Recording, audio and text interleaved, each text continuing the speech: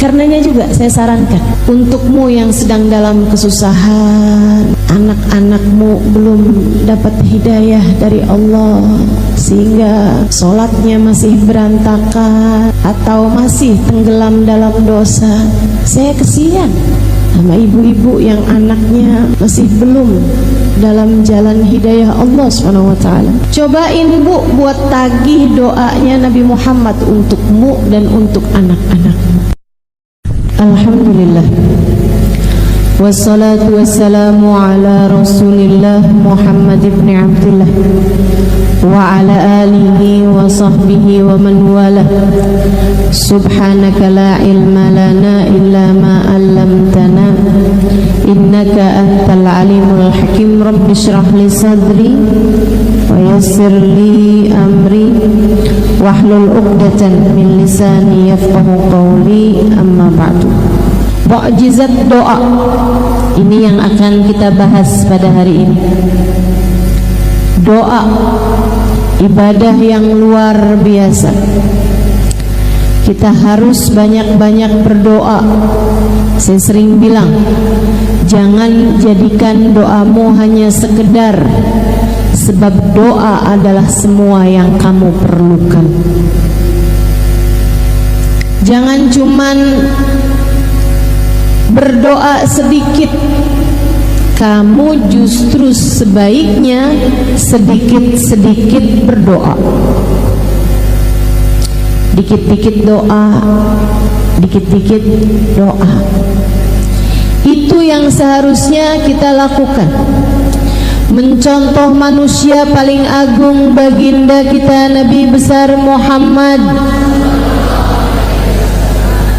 Nabi itu selalu berdoa. Nabi sering berdoa. Mohon maaf sebelum saya lanjutkan, kakak-kakak yang berdiri ini mau memastikan untuk tidak foto, tidak video. Betul ya? Sekarang gini aja, semua yang hadir nggak usah pakai dijagain, insya Allah nggak foto, nggak video. Betul? Betul, sepakat semuanya? Nah, jadi kakaknya biar nggak pada capek, boleh duduk. Oke, ya, silahkan duduk. Tahu-tahu pas habis selesai kajian nggak bisa jalan, pada kaku karena berdiri kelamaan. Baik ya, saudariku sekalian yang saya muliakan, Nabi Muhammad tuh begitu, selalu berdoa.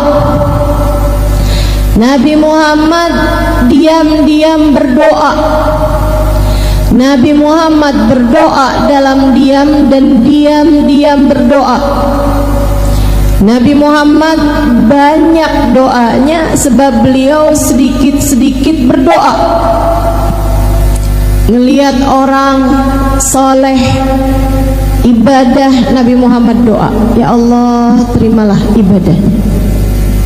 Melihat orang yang ahli maksiat, Nabi Muhammad berdoa, ya Allah karuniakanlah taubat padanya. Nabi Muhammad pernah kecurian sendal. Jadi rupanya maling sendal itu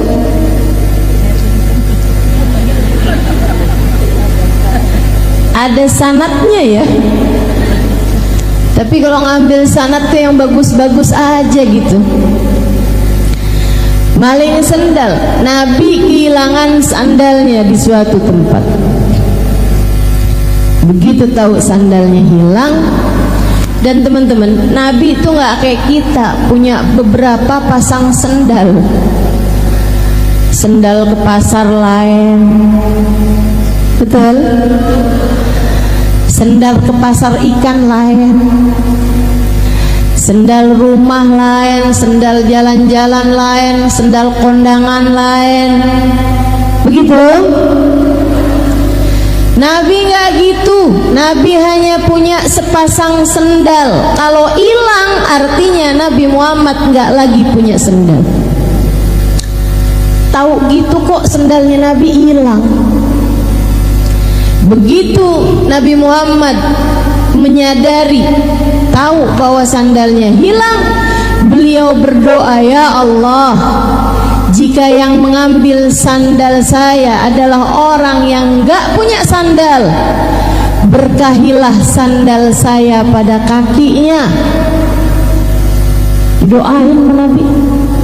Kalau yang ngambil orang miskin nih, yang gak punya sandal, ya Allah biarin pas tuh sandal sama kakinya, bikin awet, jadi berkah terus.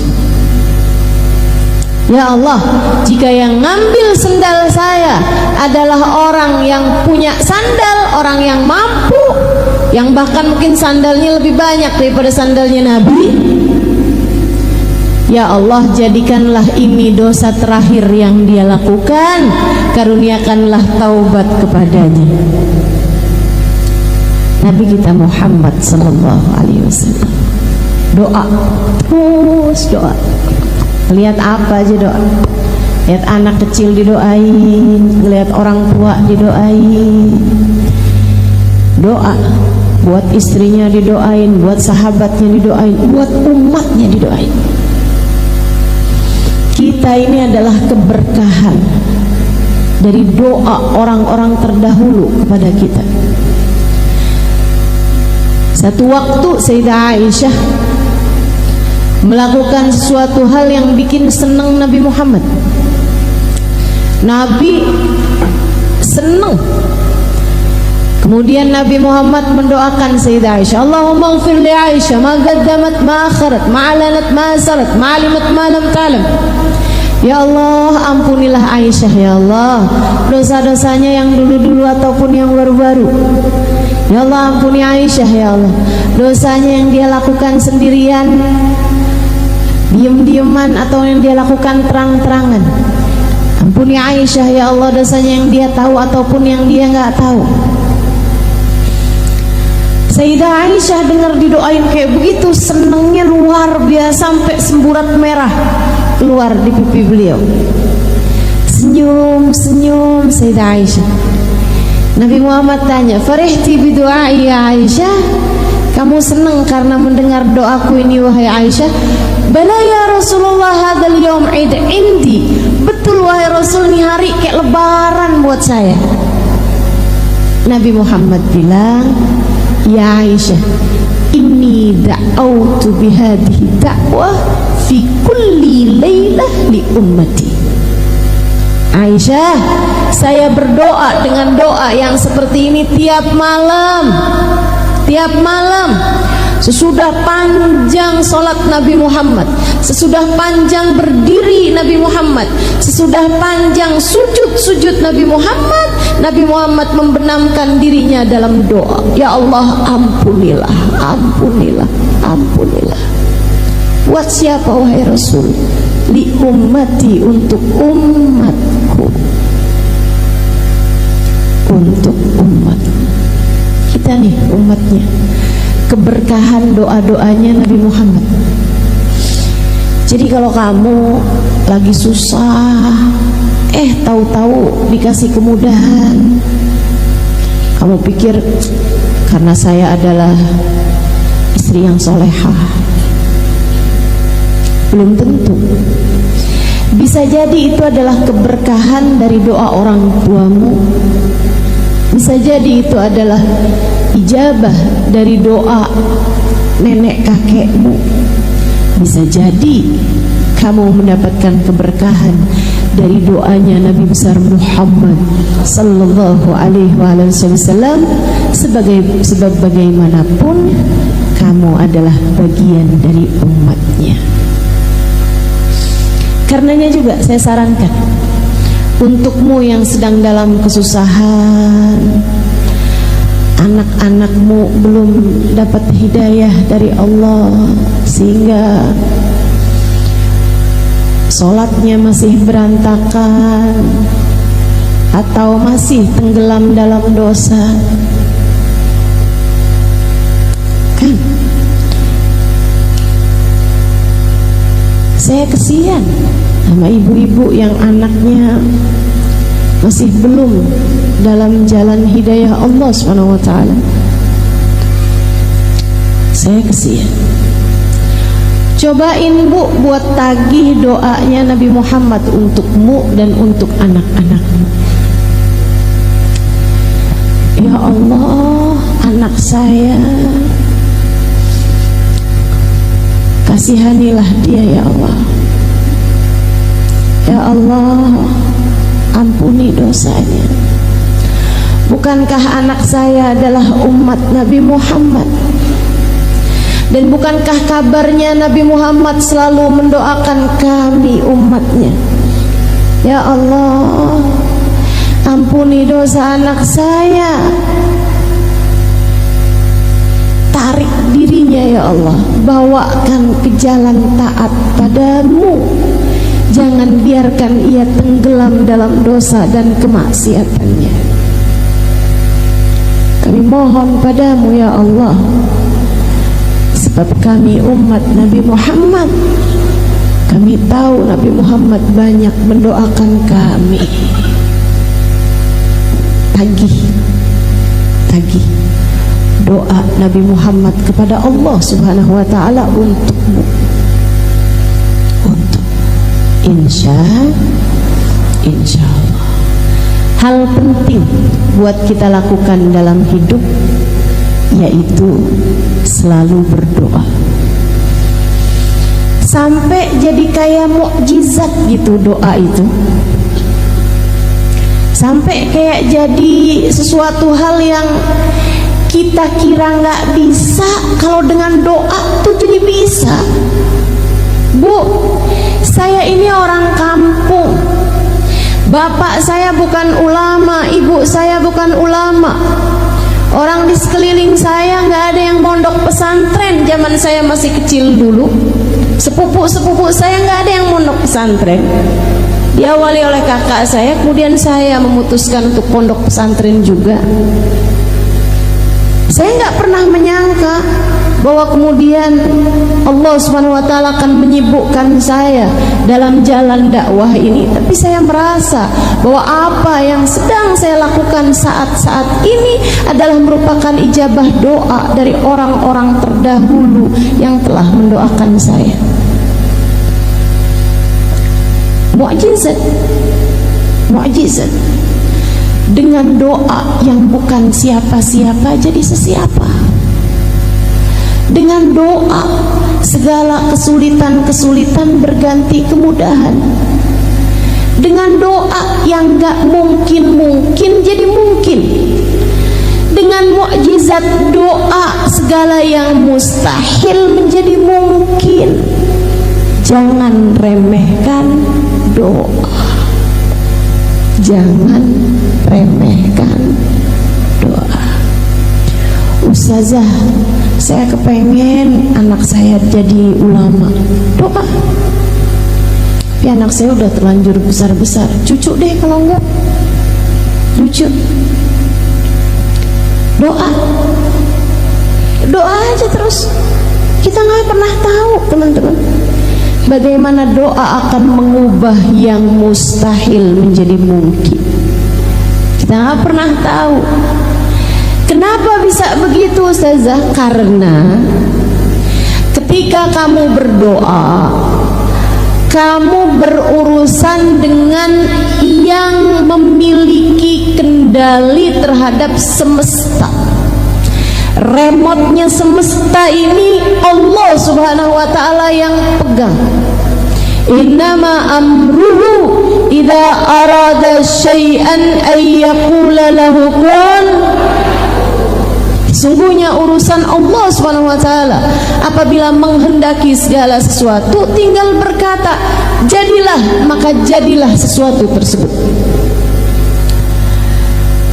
Buat orang mungkin kayak mustahil, tapi buat Allah apa sih yang mustahil? Semuanya jadi mungkin. Karenanya jangan berhenti berdoa dan jangan remehkan doa, sebab itu adalah sumber kekuatanmu yang sesungguhnya. Saya ulangi, doa adalah sumber kekuatanmu yang sesungguhnya. Maka jangan remehkan doamu dan jangan jauh-jauh dari doa. Doa terus. Jangan sedikit berdoa, akan tetapi kamu seharusnya sedikit-sedikit berdoa. Insya Allah. Urusan ijabahnya itu insya Allah.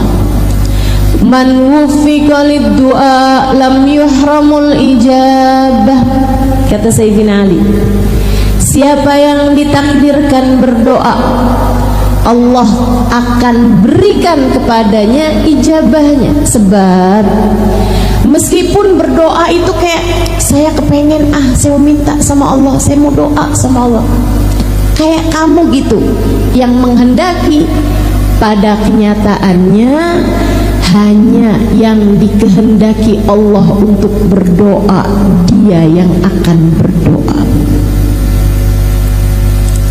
Kita lihatnya kayak kita yang maju duluan baru Allah ijabah, padahal sebenarnya undangannya udah dikasih duluan. Padahal sebenarnya Allah Subhanahu wa ta'ala menghendaki, maka Allah Subhanahu wa ta'ala menjadikan hamba-hamba yang diinginkan dekat dengannya, dialah yang kemudian akan menyibukkan dirinya dengan berdoa. Makanya ayat tentang doa salah satu dari ayat favorit saya dalam Al-Quran. Salah satu, ada beberapa ayat-ayat yang lain, dan semua ayat-ayat Al-Quran memiliki keindahan-keindahannya tersendiri, memiliki sir-sirnya tersendiri. Kalau saya sebut sebagai ayat favorit saya, karena saya merasa bahwa ayat ini indah, kena buat saya, dan saya rasa itu juga kena buat kamu. Salah satu dari ayat indah, ayat yang kena buat saya adalah ayat mengenai doa ini. A'udzu billahi minasyaitonir rajim. Wa idza sa'alaka 'ibadi anni fa inni qarib ujibu da'watad da'i idza da'an falyastajibu li wal yu'minu bi la'allahum yarshudun. Wa idza sa'alaka ibadi anni fa inni qarib. Apabila ada hambaku, bukan hambaku, hamba-hambaku, ibad. Apabila ada hamba-hambaku bertanya kepadamu wahai Nabi Muhammad tentang aku, fa inni qarib, katakan padanya sesungguhnya aku dekat. Ujibu da'watad da'i idza da'ani, aku akan mengijabah doa siapapun yang berdoa padaku. Aku akan mengijabah doa dari yang berdoa padaku. Atau aku akan menjawab panggilan siapapun yang memanggil-manggil namaku. Falyastajibu li, maka sampaikan pada umatku, umatmu untuk berdoa dan meminta padaku. Wal yu'minu bi, katakan pada mereka agar percaya padaku. La'allahum yarshudun, niscaya mereka akan mendapatkan petunjuk. Indah banget bukan? Indah banget bukan? Seorang sahabat bertanya kepada Nabi Muhammad, Allahu ba'id hatta unadi am huwa garib hatta unaji. Rasul, saya punya pertanyaan. Allah itu jauh sehingga aku harus memanggilnya, ataukah Allah itu dekat sehingga aku cukup berbisik dengannya? pertanyaan yang sangat indah, pertanyaan yang sangat bagus sekali ditanyakan seorang sahabat mewakili kita umat Nabi Muhammad sallallahu alaihi wasallam. Allahu ba'id hatta unadi am huwa qarib hatta unaji. Allah jauh sehingga saya harus panggil. Ini kan kalau saya mau ngomong sama yang ada di luar masjid misalnya jauh, saya harus panggil dia gitu kan, harus berteriak bahkan, hei, misalnya kalau saya sebut namanya karena jauh, saya harus memanggilnya, saya harus berteriak memanggil namanya. Tapi kalau orangnya di samping saya, ngapain saya teriak-teriak?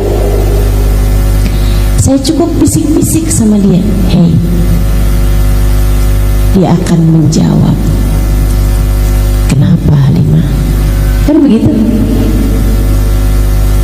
Tapi kalau jauh kan, hei, jawabnya juga itu, iya. Jauh. Tapi kalau dekat kan, hei, dia akan jawab, iya. Nabi Muhammad diem, ditanya begitu. Bukan karena Nabi Muhammad nggak tahu jawabannya, tapi Nabi Muhammad punya adab sama Allah SWT yang lebih besar daripada apapun. Nabi itu sama Allah adabnya luar biasa. Nabi takut menjawab sesuatu hal yang sebenarnya ada jawaban yang lebih tepat gitu. Gitu ya. Itu Nabi Muhammad yang punya ilmu aja, ilmunya udah punya, udah tahu, udah dikasih sama Allah SWT. Kalau ditanya tuh nggak asal jawab, atau bahkan nggak langsung jawab. Kalau teman-teman juga gitu, seharusnya kita nih jadi umatnya juga kayak gitu. Kalau kamu nggak tahu jawabannya, jangan asal jawab. Ustazah Halimah orang mana sih? Orang Tasik.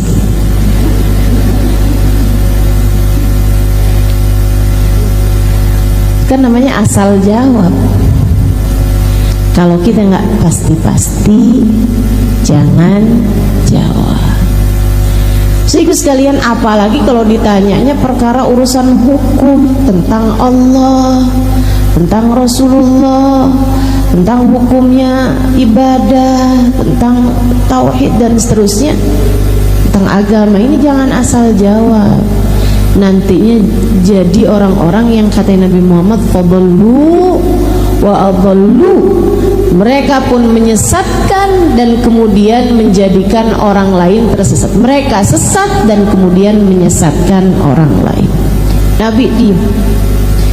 Saat itulah Allah SWT mengutuskan malaikat Jibril untuk memberitahu kepada Nabi Muhammad jawaban yang ditanyakan oleh sahabat ini. A'udzubillahi minasyaitonirrajim. Wa idza sa'alaka ibadi anni fa inni qarib. Apabila hambaku bertanya kepadamu, wahai Nabi Muhammad, apakah aku dekat ataukah aku jauh, sampaikan padanya fa inni qarib. Sungguhnya aku Allah adalah zat yang dekat. Saudaraku sekalian, fakta bahwa Allah dekat adalah sesuatu hal yang sangat melegakan bagi saya dalam hidup saya. Fakta bahwa Allah Subhanahu wa ta'ala adalah zat yang dekat dengan diri kita adalah fakta yang seharusnya membuat kita selalu tenang dalam segala keadaan. Allah dekat dengan kita. Kamu takut dari apa? kalau kamu tahu bahwa Allah dekat denganmu? Kamu sedih dari apa kalau kamu tahu Allah dekat denganmu? Ustazah, Allah itu beneran dekat. Dekat. Sedekat apa? Saya kasih tahu. Sedekat apa?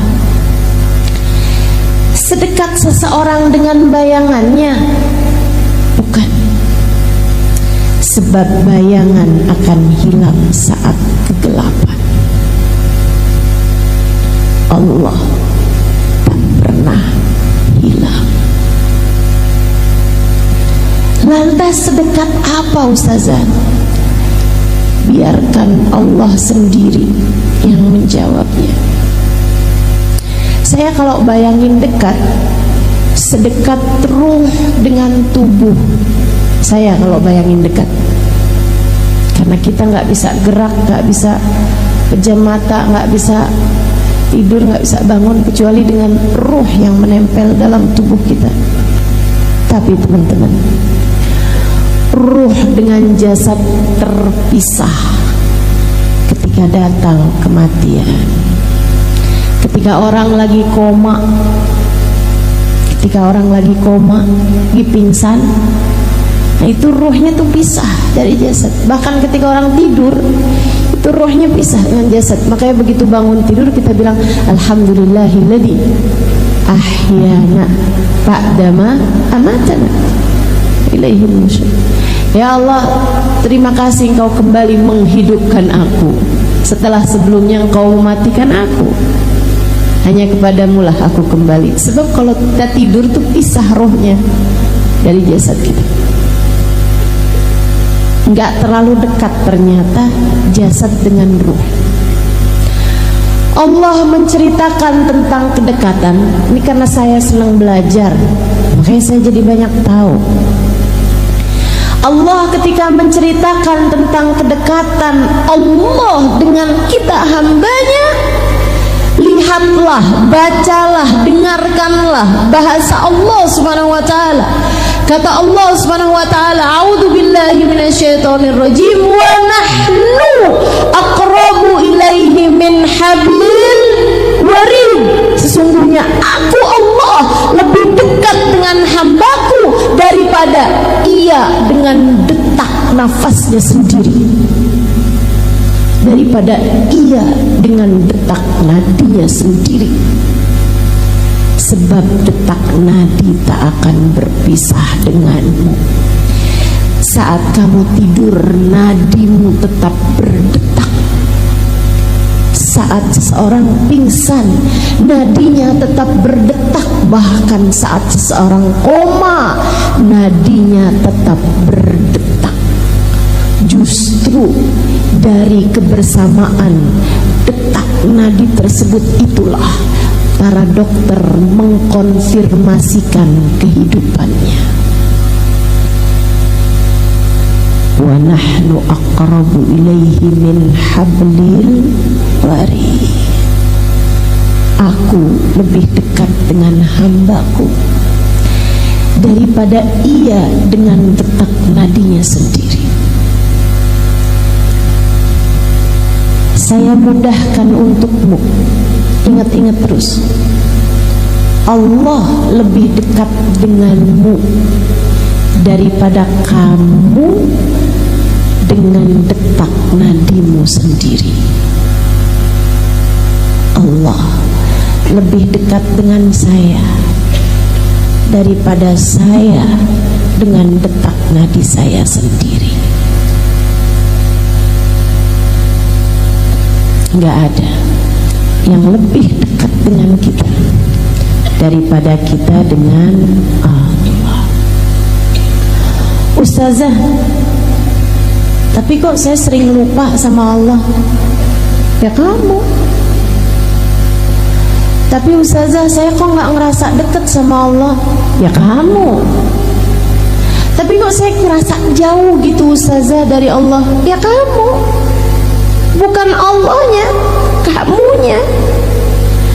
Dan itu artinya kamu menyia-nyiakan karunia terbesar yang Allah berikan dalam diri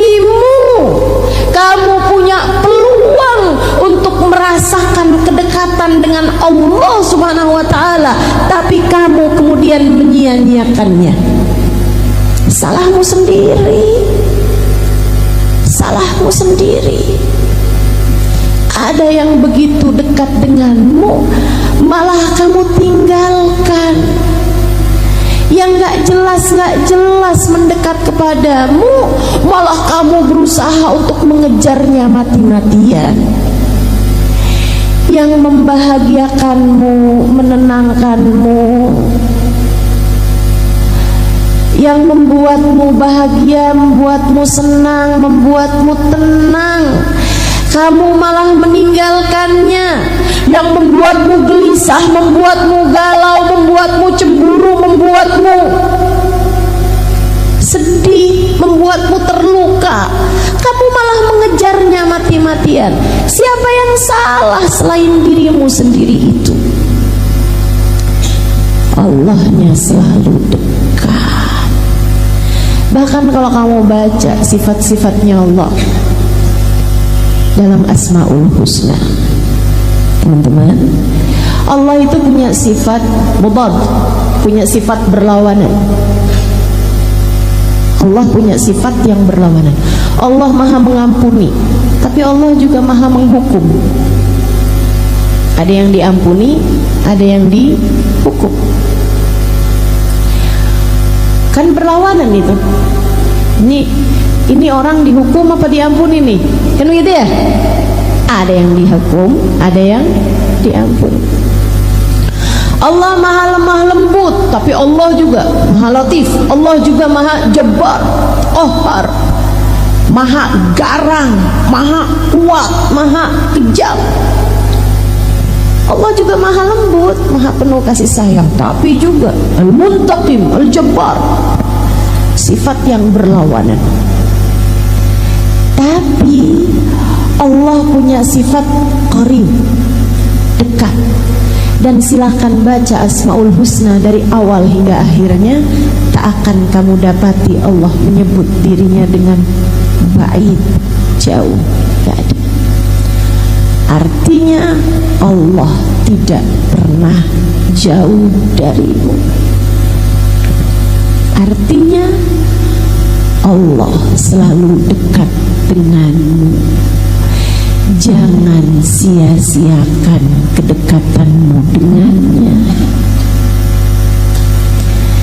Wa idza sa'alaka 'ibadi anni fa inni qarib ujibu da'watad da'i idza da'an. Aku mengijabah doa siapapun yang berdoa padaku.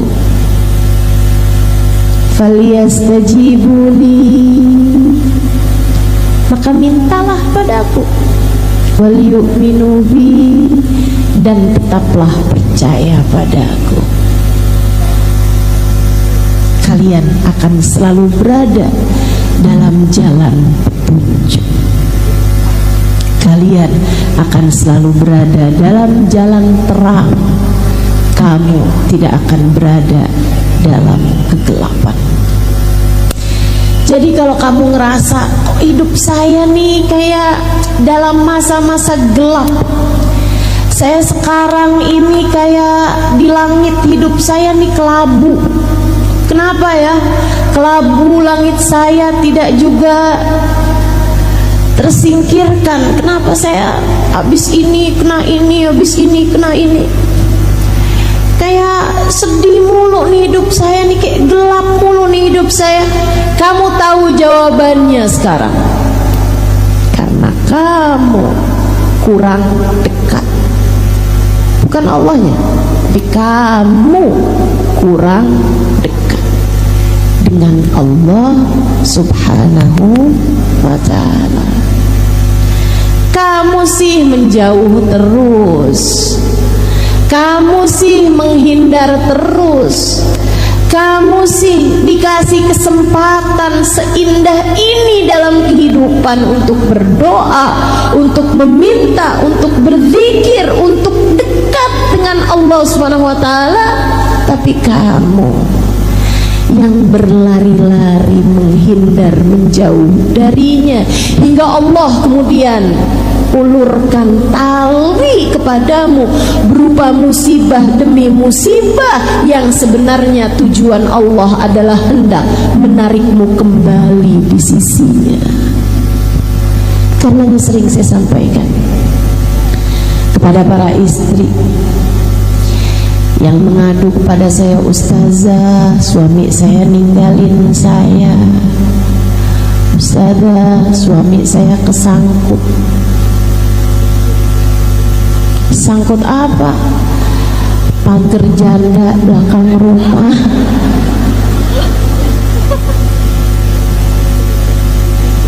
Ustazah, anak saya ninggalin saya, Ustazah. Sahabat saya ninggalin saya, Ustazah. Saat ada orang di sekelilingmu meninggalkanmu, itu adalah tali yang Allah Subhanahu wa ta'ala ulurkan untukmu, karena kamu selama ini selalu kepengen kabur mulu dari Allah Subhanahu wa ta'ala. Pernah lihat ada ibu-ibu sholat di Masjidil Haram atau Masjid Nabawi, ibu-ibu Arab sholat Masjidil Haram, Masjid Nabawi, bawa anaknya umur 2 tahunan gitu, yang belum bisa diomongin.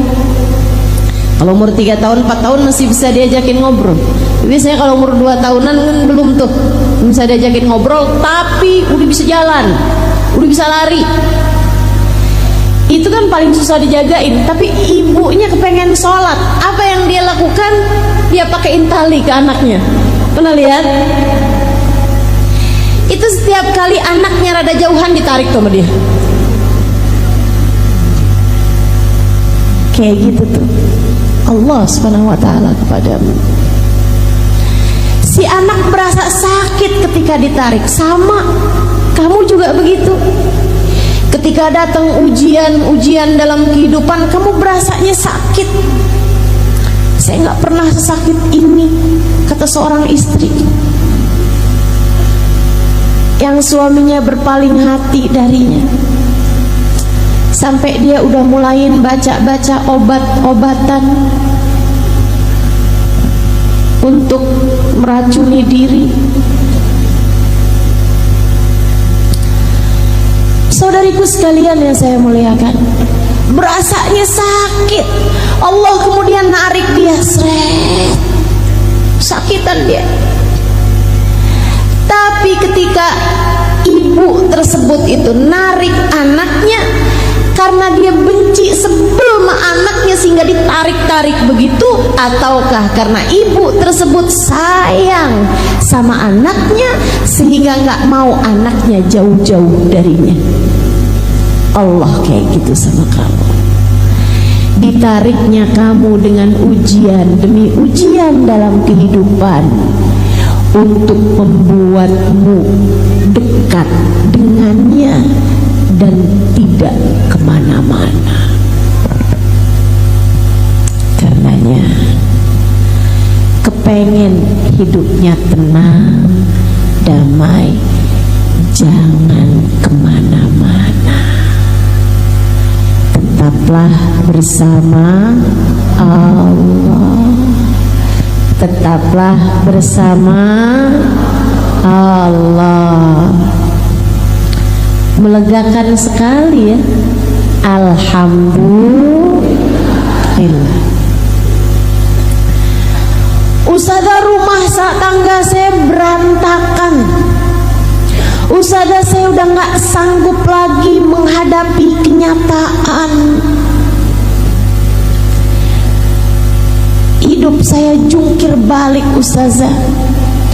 Saya sekarang putuskan untuk tinggalkan aja laki-laki itu.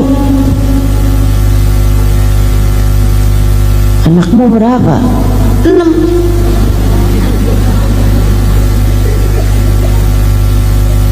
Bu, orang berumah tangga tuh ada setannya. Setannya juga apa ya, setannya tuh kayak penuh politik gitu. Dia tuh punya banyak cara gitu. Dan namanya setan kan. Setan kan nggak ada ceritanya cara yang kayak gini haram. Ya setan emang ngerjain yang haram-haram. Jadi kalau kamu demen banget sama yang haram-haram, artinya kamu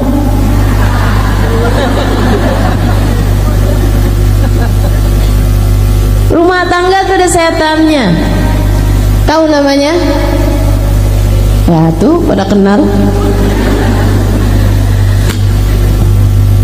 Orang kalau lagi pacaran, setannya tuh berusaha untuk deketin hingga terjadi perzinaan kalau lagi pacaran. Tapi kalau udah menikah, setan ganti visi misi. Setan itu terjadi penyerahan jabatan ketika seseorang menikah. Gitu kan? Nih, tugas saya udah selesai. Katanya setan yang ngajakin zina. Sekarang dia udah nggak zina lagi tuh, suami istri. Kalau melakukan hubungan intim kan udah nggak zina lagi. Nih, tugas saya udah selesai. Sekarang tugas kamu udah zina. Oke, siap. Nih, job desk kamu dibuka, memisahkan pasangan suami istri dengan segala macam caranya. Politik tahu semua dia. Dari membuat istrinya cemburuan, sehingga setiap kali suami buka WhatsApp, istrinya matanya panjang banget itu. Ngelihat di jarak 2 meter, 3 meter kelihatan.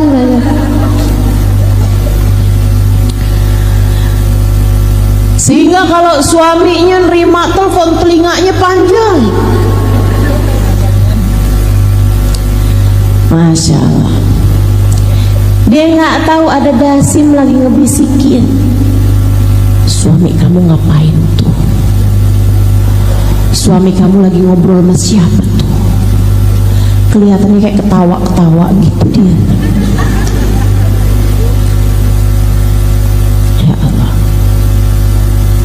Sedang ada yang bergerilya dalam rumah tangga kita. Kamu kemudian mencari pembenaran, ustazah, lebih baik mencegah daripada mengobati. Kamu nggak tahu itu bahasanya Dasim itu. Nggak ada ceritanya kayak begitu. Suamimu miliknya Allah, kamu pun miliknya Allah. Semua manusia di atas muka bumi ini miliknya Allah Subhanahu wa ta'ala. Udah gak usah sibuk sama perlakuan orang padamu, sibuk saja kamu dengan apa yang menjadikan penyebab kedekatanmu dengan Allah Subhanahu wa ta'ala.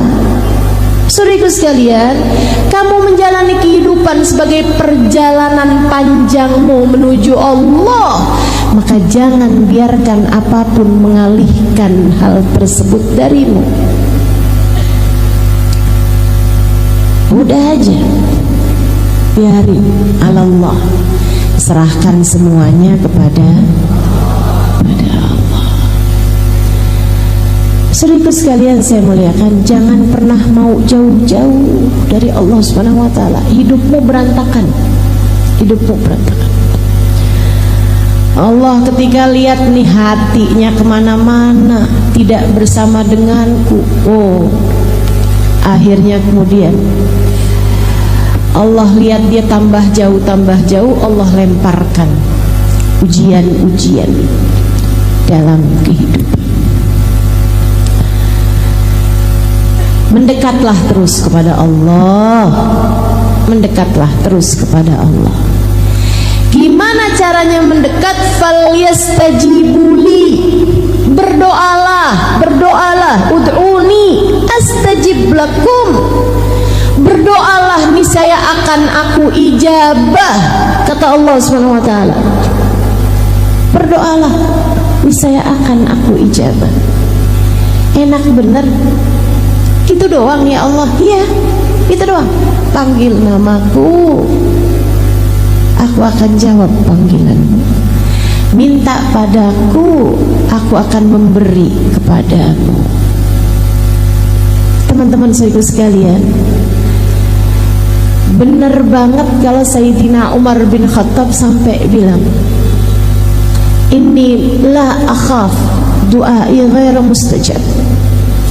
Saya nggak takut doa saya nggak mustajab, nggak takut saya. Saya nggak takut doa saya nggak diijabah, saya nggak takut. Yang saya takutkan adalah Allah tidak lagi mengizinkan saya untuk berdoa. Ketika seseorang dalam hidupnya nggak doa, dia kira dia yang ngerasa nggak perlu mendoa. Padahal kenyataannya Allah yang tidak mengizinkan dia untuk memanggil-manggil namanya. Kenapa? Karena dia sudah tidak lagi berharga di sisinya. Maka berdoalah, jangan pernah jauh-jauh dari doa. Jangan pernah jauh-jauh dari Allah dengan selalu kamu memanggil-manggil namanya dalam doa. Dalam sholat kamu doa, terutamanya di sujud-sujudmu itu. Ya Allah, jangan tinggalin saya. Ya Allah, ampuni saya.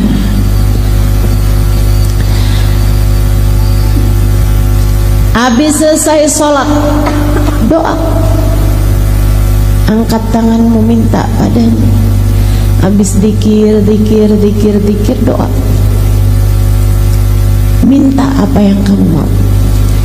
Kata Nabi Muhammad, orang kalau habis selesai sholat nggak doa, itu kayak orang habis kerja belum nerima bayarannya udah jalan. Sayang, kamu punya doa mustajab, kenapa nggak kamu pakai? Pakai dulu, ambil gajinya, ambil bayarannya, berdoalah. Kalau perlu sebelum kakimu bergerak, sebelum pindah posisi duduk, doa dulu.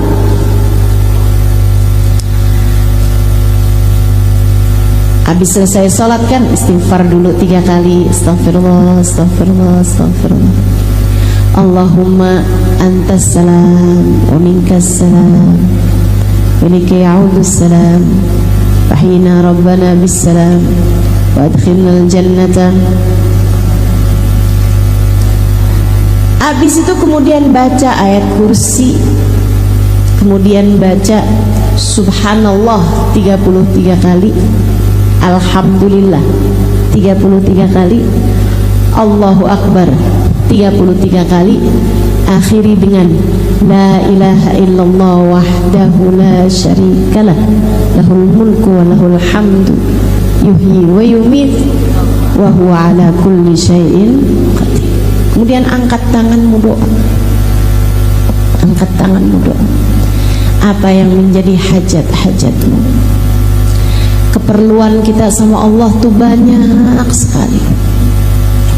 Ustazah, kan doa saya ini banyak nih Ustazah. Kadang-kadang waktunya tuh sempit. Apa yang seharusnya saya minta? Kalau dalam keadaan sempit, apa yang seharusnya kita minta?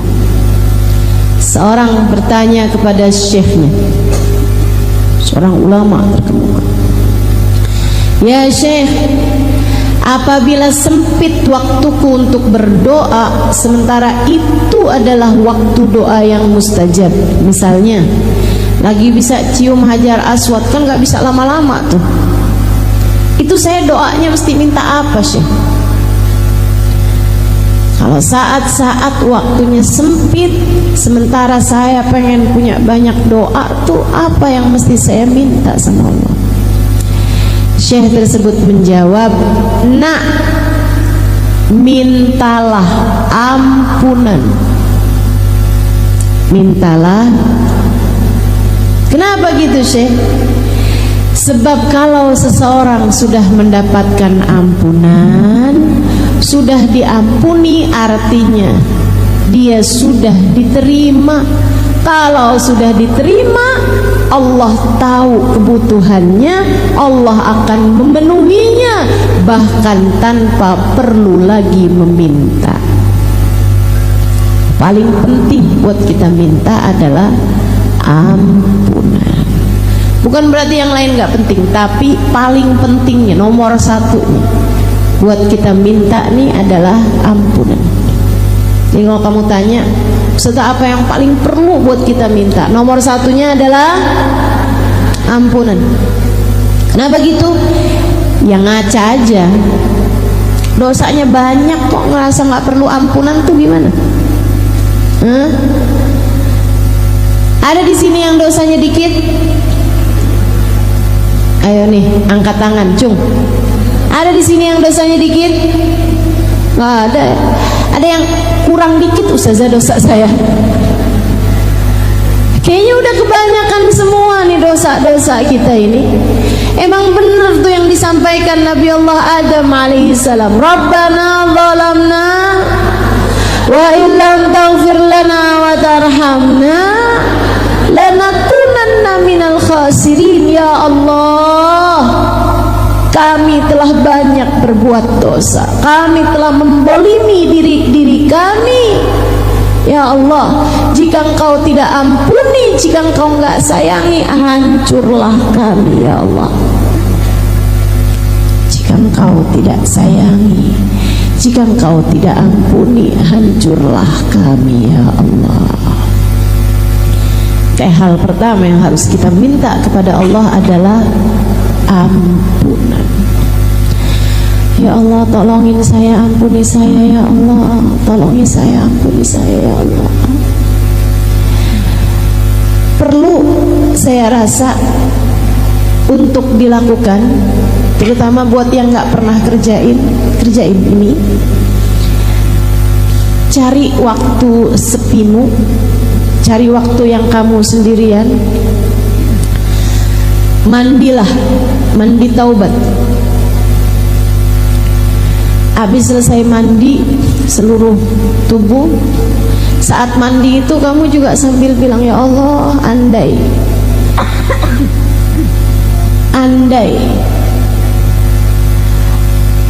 semudah ini membersihkan diri dari dosa-dosa,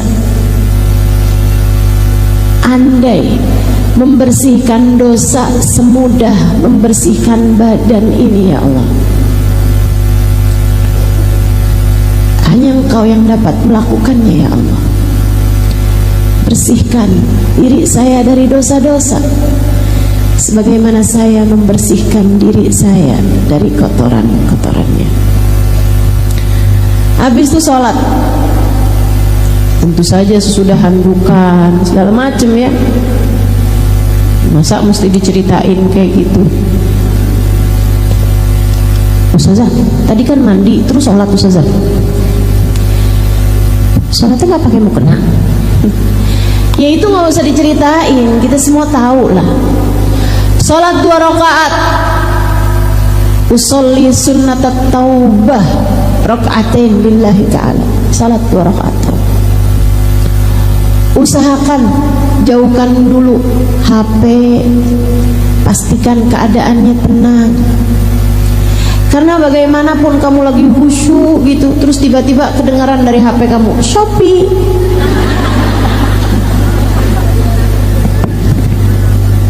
berantakan kan? Barang saya yang mana nih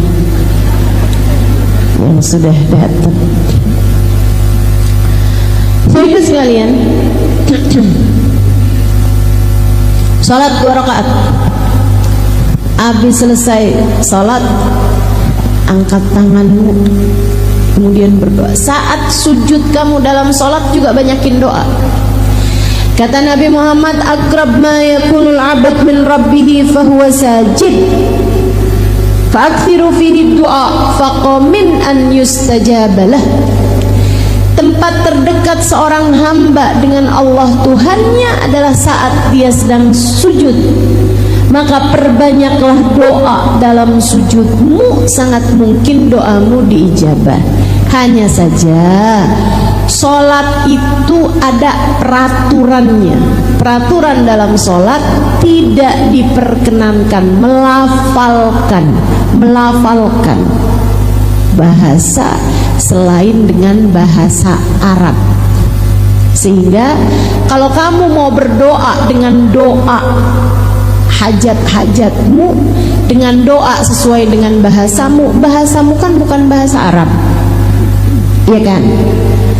Jadinya kalau kamu mau berdoa sesuai dengan bahasamu sendiri, dan itu jauh lebih enak teman-teman, jauh lebih nikmat. Tidak usah dilafalkan pakai lisanmu, cukup dengan kamu hadirkan di dalam hati. Bahasa hati tenang aja, itu jauh lebih sampai kepada Allah Subhanahu wa taala daripada bahasa lisanmu yang tidak keluar dari hatimu. Allah mendengarkan hati kita lebih terang daripada kita mendengarkan ucapan dari lisan seseorang. Wa asirru qaulakum aw ijharu bih, kata Allah dalam Al-Qur'an, wa asirru qaulakum aw ijharu bih innahu alimun bidati sudur. Mau kamu kerasin suara kamu, mau kamu pelanin suara kamu, Allah tahu apa yang ada di dalam hati seseorang. Jadi saat sujud doa, tapi nggak usah diomongin. Ya Allah ampunin saya, ya Allah dosa saya memang udah banyak banget dosa, ya Allah. Nggak usah diomongin, dalam hati aja. Ya Allah, lihatin saya, ya Allah, saya hambamu, maafkan selama ini dosa udah begitu banyak saya terjang, ya Allah. Saya datang padamu memohon ampunan, ya Allah. Ampunilah segenap dosa-dosa saya yang saat ini sedang berada dalam kekalutan hubungan rumah tangga, yang saat ini sedang berada dalam keadaan darurat karena saldo sudah minta maaf, diminta maafin nomor rekening. Mohon maaf, saldo Anda sudah habis. Saudariku sekalian yang saya muliakan, yang saat ini sedang dalam keadaan sempit kehidupannya, sempit hatinya, atau yang saat ini sedang merasa ya Allah sakit kok terus-terusan begini ya, cobain, kerjain yang saya sampaikan padamu ini. Mandi taubat, sholat taubat. Kemudian sesudahnya, nih dengerin saya, kamu ingatin dosa kamu sama Allah. Ingat-ingatin dosa apa aja yang selama ini udah kamu kerjain. Ustazah malu, kamu udah ngerjainnya dulu, ya nggak apa-apa, sekarang ingetin dulu.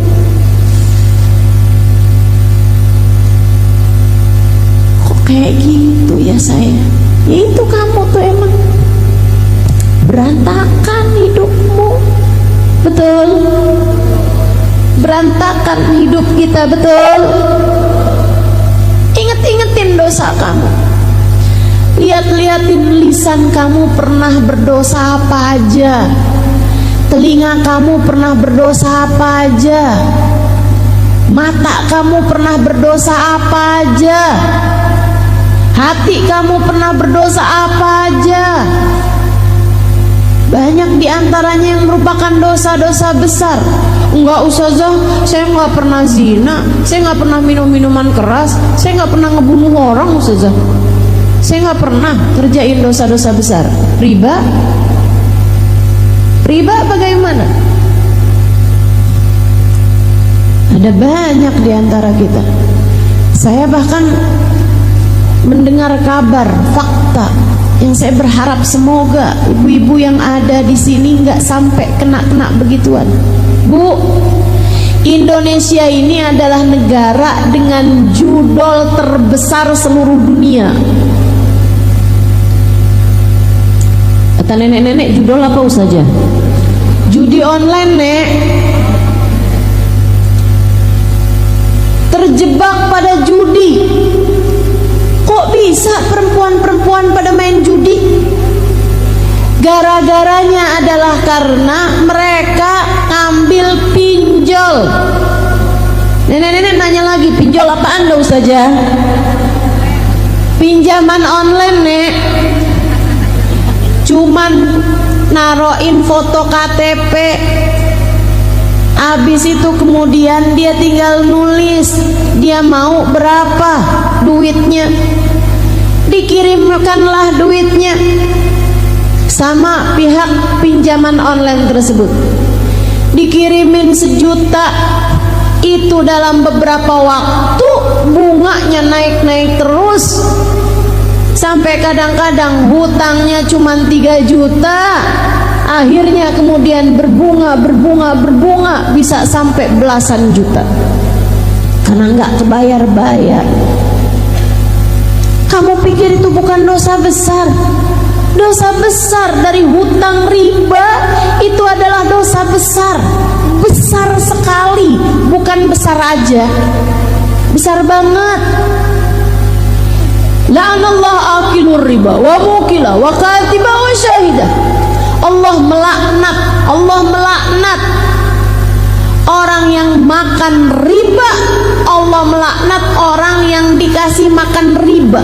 Kamu ngambil hutang atau kamu menghutangi dengan riba, itu kamu dilaknat Allah Subhanahu wa taala. Bahkan wakatibah, adminnya yang nulisnya, wasyahidah, bahkan saksinya, apalagi yang mengompori orang buat hutang riba. Pinjemin gue dong, susah banget nih saya. Gak usah banyak-banyak lah, 500.000 aja. Kamu tuh kalau susah-susah kamu pinjem aja tuh di online. Emang gimana caranya? Gini nih. Termasuk la'anallah, Allah melaknat mereka itu. Dosa besar. Ditaubatin teman-teman saudaraku sekalian, ditaubatin, ditinggalin. Caranya gimana Ustazah biar kita nih nggak terjebak dengan hutang riba? Caranya adalah dengan tidak berhutang. Jangan utang. Kalau utang nggak usah pakai riba gitu Ustazah. Bukan, jangan berhutang. Jangan gampang utang.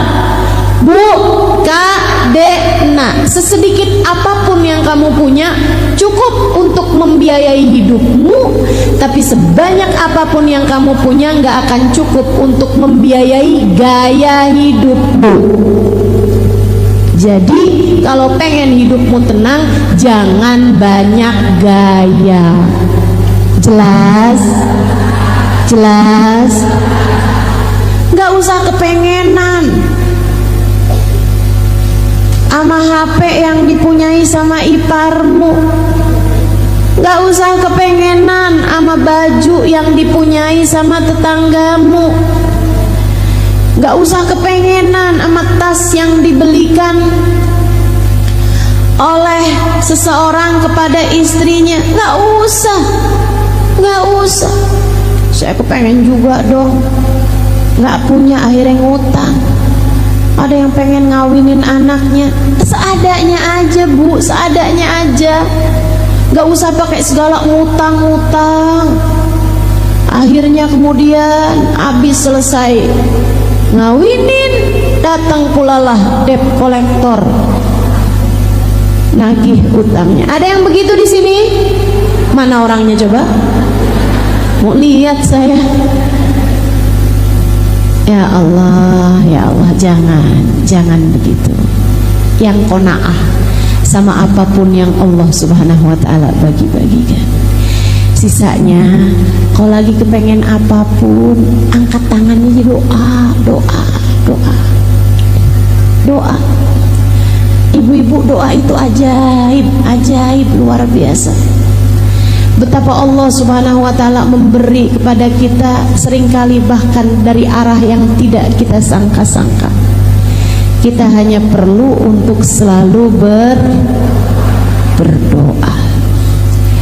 Habis kamu inget-ingetin dosa-dosa kamu ingetin rahmatnya Allah padamu, kenikmatan yang telah Allah Subhanahu wa ta'ala berikan padamu. Walaupun kamunya berdoa, walaupun kamunya berdosa, tapi Allah Subhanahu wa ta'ala masih mengizinkanmu untuk berdoa, masih membiarkan iman dalam hati kamu. Bukan hal kecil. Perhatikan saya. Pernah nggak kamu sebel sama seseorang sampai kamu nggak mau lihat mukanya? Pernah nggak kamu sebel sama seseorang sampai kamu nggak mau dengar suaranya? Pernah? Allah persis kayak gitu. Allah kalau benci sama seseorang, Allah nggak izinkan dia buat sholat. Dia pikir dia yang nggak mau sholat, padahal Allah yang nggak mau dia menghadap kepada Allah, sebab Allah tak lagi berkenan melihat dia. Dia pikir dia nggak doa, percuma saya doa, saya nggak mau doa lagi, saya mau berhenti berdoa, saya nggak lagi mau berdoa. Dia pikir dia nggak mau doa, padahal Allah yang tidak mau mendengar suaranya, memanggil nama Allah SWT. Allah tak lagi berkenan. Karenanya saat kamu selesai sholat taubat, kamu bilang, ya Allah, besar dosa-dosa saya, tapi Kau masih juga berkenan untuk membiarkan saya sujud padamu. Engkau masih berkenan untuk membiarkan saya menyebut-nyebut namamu, memanggil namamu. Terima kasih ya Allah, maafkan saya ya Allah, maafkan saya ya Allah. Abdukal abi raji' ilaik, ya Allah, saya hambamu yang selama ini kabur darimu, saya kembali kepadamu ya Allah, terimalah saya. Kemudian mulailah kamu menyebut-nyebut nama Allah, memanggil-manggil nama Allah. Nggak usah pakai yang lain-lain, yang gampang aja, diajarkan sama para ulama. Ada di dalam kitab I'anatul Talibin ala Syarhi Fathul Mu'in. Mulailah dengan kamu menyebut nama Allah, memanggil nama Allah. Kamu panggil begini nih, ya Allah, ya Allah, ya Allah. Tiap kali kamu sebut namanya, kamu hadirkan dia di dalam hatimu. Kamu berdoa padanya, ya Allah, jangan tinggalkan saya. Lisanmu menyebut, ya Allah. Hatimu berbisik, tetaplah ada untuk saya. Ya Allah, pandanglah saya dengan pandangan kasih sayang. Ya Allah, tetaplah ada untuk saya ya Allah.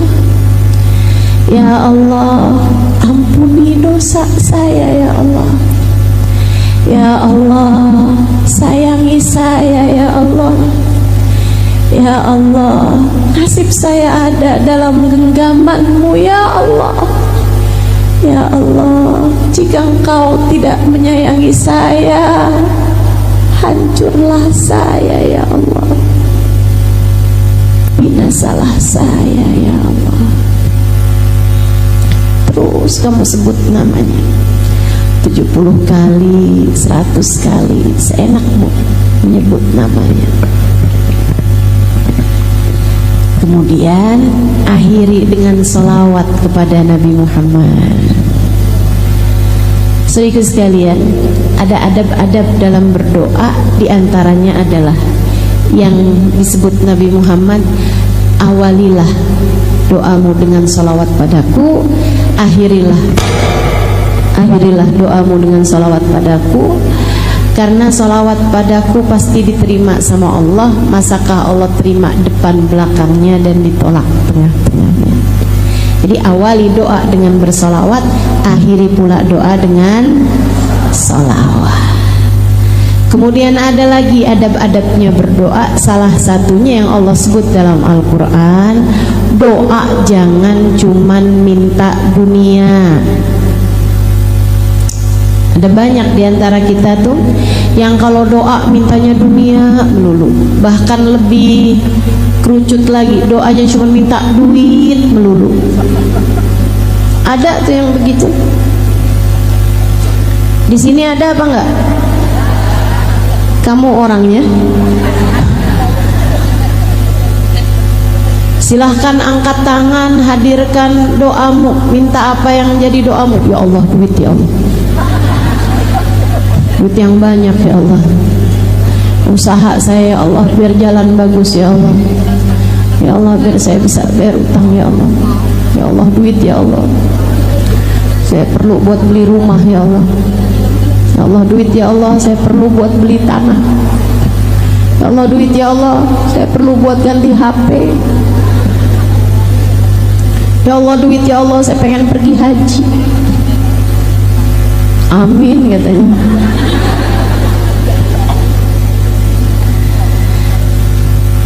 Ibu, bahkan urusan haji itu bukan cuma urusan duit. Saya dulu haji bayarnya cuma 4 juta. Berangkatnya dari Yaman.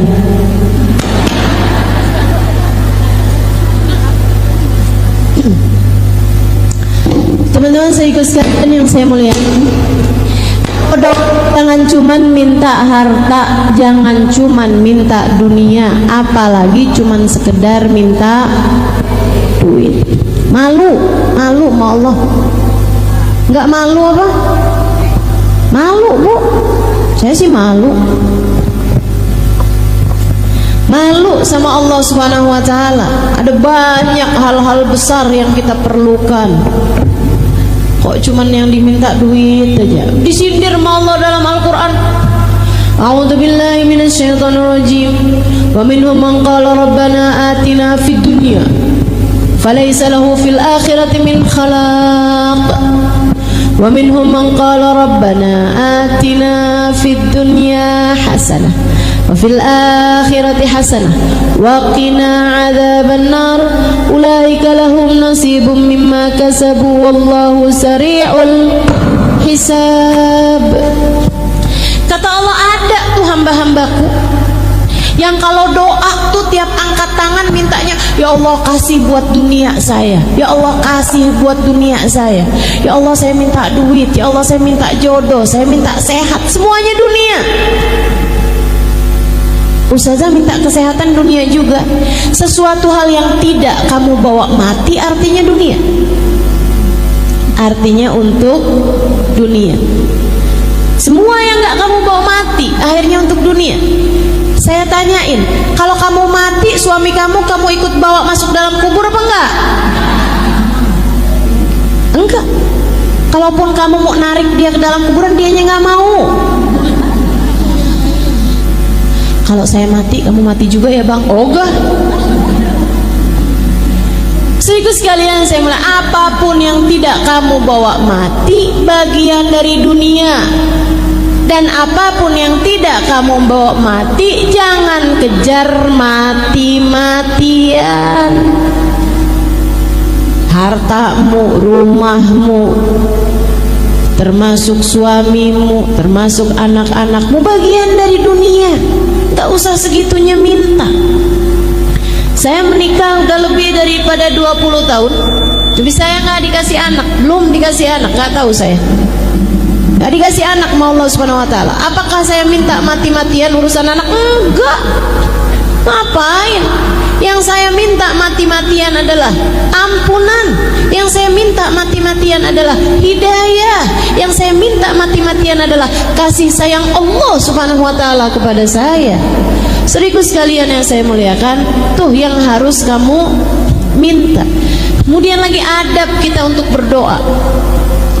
Pastikan rezeki yang masuk di dalam perutmu, makananmu halal. Sebab kalau orang rezekinya haram, fa anna yustajabalah. Kata Nabi Muhammad, bagaimana mungkin doanya akan diijabah sama Allah? Innallaha thayyib la yaqbalu illa thayyiba. Allah itu bagus, Allah itu baik, Allah itu indah, tidak akan menerima yang haram-haram. Yang jelek-jelek, yang syubhat, yang haram gak akan diterima sama Allah Subhanahu wa ta'ala. Jadi kalau kamu kepengen doamu mustajab, ibadahmu diterima, jadi ringan mengerjakan kebaikan-kebaikan, saudariku sekalian yang saya muliakan, pastikan rezekimu halal. Ustazah, bukannya minta keutuhan rumah tangga itu sesuatu yang baik? Iya. Tapi kan suami gak kita bawa mati, Ustazah. Betul, suami gak kita bawa mati, tapi hubunganmu dengan suamimu itu hubungan yang sangat panjang hingga sampai di akhirat. Dengarin saya, Nabi Muhammad mengatakan, ayu mamratin salat fardha, samat syahraha, wa ta'at zawjaha, faltadkhulil jannah min ayyi babin sya'at. Kalau ada seorang perempuan salatnya bagus, puasanya bagus, walaupun dia nggak punya puasa sunnah, nggak punya salat sunnah, tapi dia punya amal ibadah yang lain, yaitu dia benar sama suaminya, dia taat sama suaminya, dia bagus sama suaminya, nanti di akhirat dia boleh masuk surga dari pintu manapun yang dia inginkan. Jadi kamu berdoa meminta hubungan baik, rumah tangga yang bagus di atas muka bumi ini, artinya kamu sedang meminta surgamu sendiri. Tapi doanya bukan asal, ya Allah jadikanlah suamiku tidak pernah berpaling hati dariku. Jangan biarkan ada pelakor menjadi yang ketiga dalam rumah tangga kami. Bukan gitu doanya. Ya, bukan gitu doanya. Ya Allah jadikan suamiku tergila-gila padaku. Jangan. Saudara sekalian, doanya gimana? Ya Allah jadikanlah saya istri yang solehah bagi suami saya. Doa begitu. Ya Allah jadikanlah rumah tangga kami sebagai rumah tangga yang kau pandang dengan kasih sayang-Mu ya Allah. Kemudian siapa yang kepengen rumah tangganya utuh, rumah tangganya bagus, rumah tangganya dalam cinta dan kasih sayang Allah, seringlah berdoa bersama-sama, sholatlah dengan berjamaah, mengerjakan kebaikan bersama-sama, sedekah barengan, baca Quran, baca zikir habis sholat bersama-sama. Orang kalau sering beribadah bersama-sama pasangan suami istri, Allah melihatnya sebagai satu kesatuan. Dengarkan saya, yang sudah dipersatukan oleh Allah, tidak ada sesiapapun yang dapat memisahkannya. Siapapun yang dipersatukan Allah, tidak ada siapapun yang dapat memisahkannya. Bersatunya dengan apa Ustazah? Bukan dengan harta, bukan dengan jabatan, bukan dengan rupa. Bukan berarti kalau saya cantik suami saya nggak akan kemana-mana. Siapa bilang? Siapa bilang? Ibu-ibu sekalian, kalau kamu kepengen hati suamimu nggak kemana-mana, tidak kepada yang haram, akan tetapi kepadamu yang halal, jadilah kamu hamba Allah Subhanahu wa ta'ala yang solehah. Sebab Allah kalau cinta sama seorang hamba, Allah jadikan hati hamba-hambanya yang soleh-solehah mengarah kepadanya. Gitu. Tenang, hati suami kamu tuh adanya dalam genggaman Allah. Jangan dikit-dikit cerai, jangan dikit-dikit nuntut suami. Kamu gak bisa kayak suami orang. Maksud kamu selama ini kamu bukan orang gitu? saya nggak mau hidup sama kamu, dah saya mau pisah aja sama kamu. Nggak gitu ceritanya, nggak gitu. Minta keutuhan rumah tanggamu sama Allah, jadilah istri yang salehah dan beribadahlah bersama-sama. Insya Ustazah doain anak itu termasuk dari minta dunia? Bukan, itu bagian dari minta agama. Tapi kan anak kan nggak saya bawa mati Ustazah.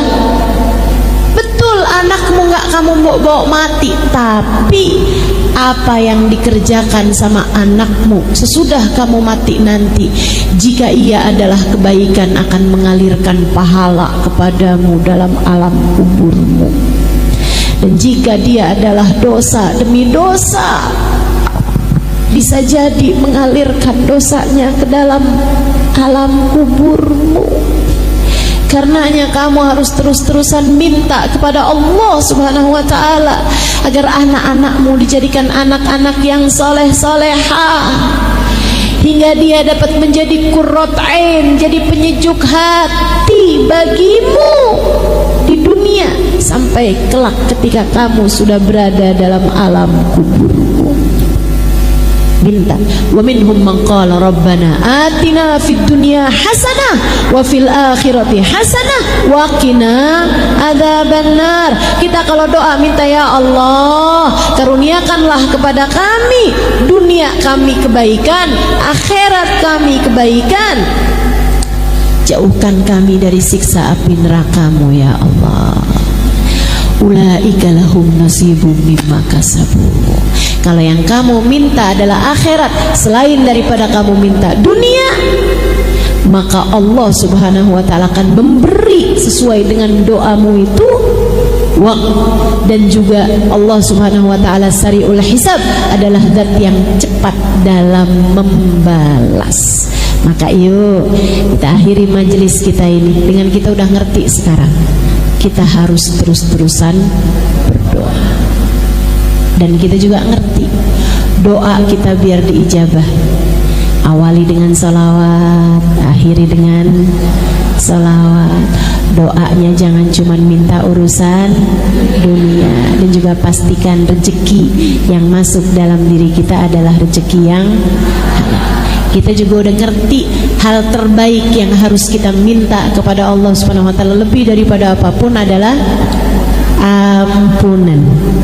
ampunan, dan selebihnya doa-doa kebaikan-kebaikan bagi agama kita, bagi hati kita. Minta minta dikaruniai guru, minta dikaruniai kesehatan hati lebih daripada kesehatan badan, minta dijauhkan semua sifat-sifat yang tercela, minta biar Allah Subhanahu wa ta'ala mengaruniakan hati yang penuh dengan kehusyuan, hati yang penuh dengan qanaah, hati yang penuh dengan keikhlasan, hati yang bersih, jauh dari kebencian-kebencian.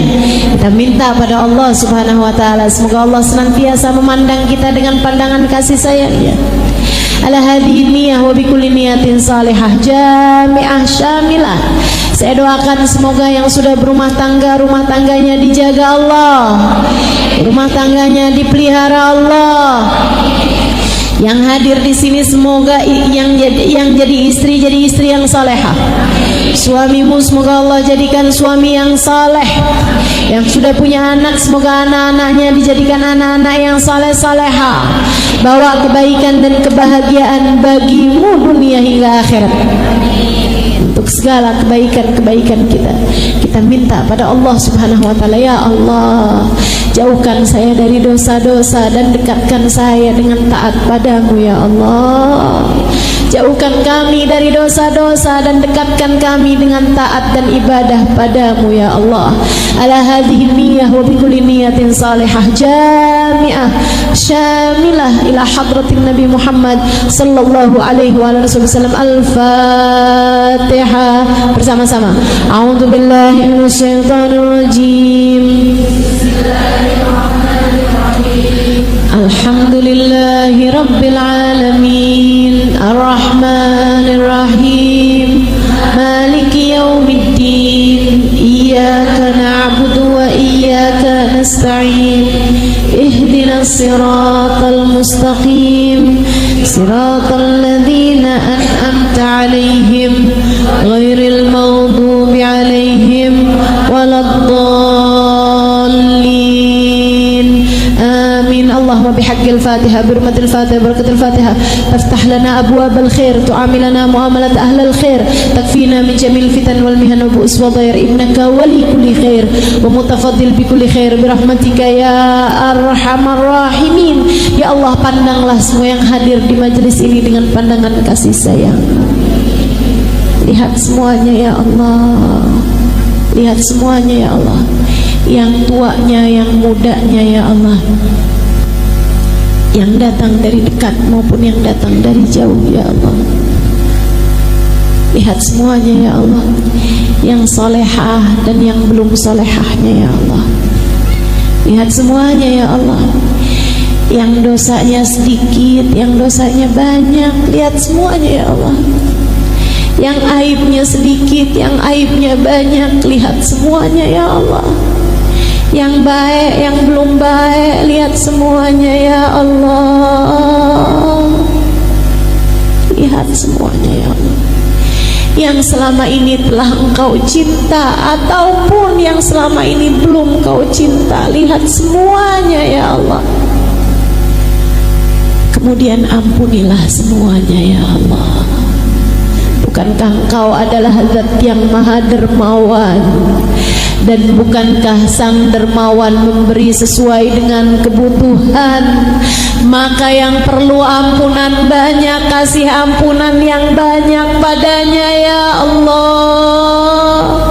Yang perlu ampunan besar, kasih padanya ampunan yang besar ya Allah. Kami mohon kepadamu ya Allah, ampunilah semuanya ya Allah, biar ringan jalan hidupnya ya Allah.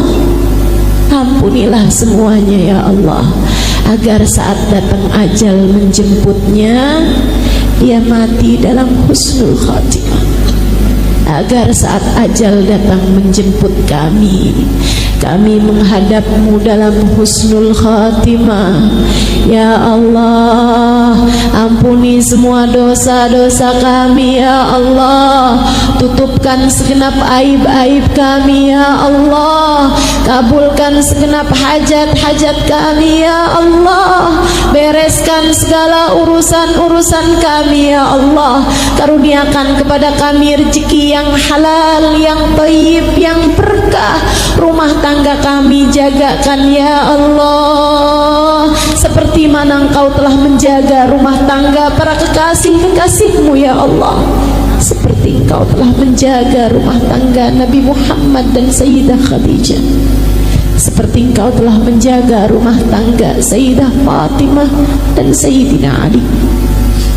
Seperti engkau telah menjaga rumah tangga hamba-hamba tercinta di sisimu ya Allah.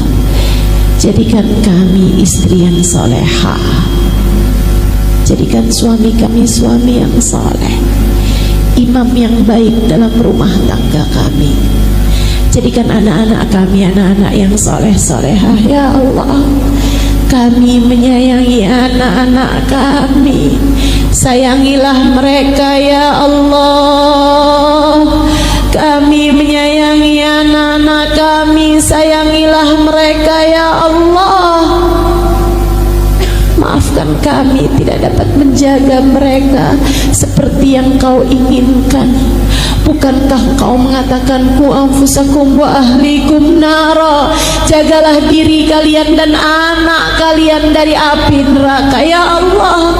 Jangankan menjaga anak-anak kami, menjaga diri kami sendiri saja terkadang kami gagal melakukannya. Karenanya kami mohon padamu ya Allah, jagakanlah kami, jagakan anak-anak kami ya Allah. Jaga kami, jaga anak-anak kami seperti engkau telah menjaga hamba-hambamu yang tercinta di sisimu ya Allah. Kami mohon kepadamu ya Allah, sayangi kedua orang tua kami, sayangi kedua orang tua kami yang masih hidup, peliharalah mereka ya Allah. Peliharalah mereka ya Allah. Karuniakan kesehatan padanya, zahir batin. Sayangi kedua orang tua kami ya Allah, sebagaimana mereka telah menyayangi kami di masa kecil,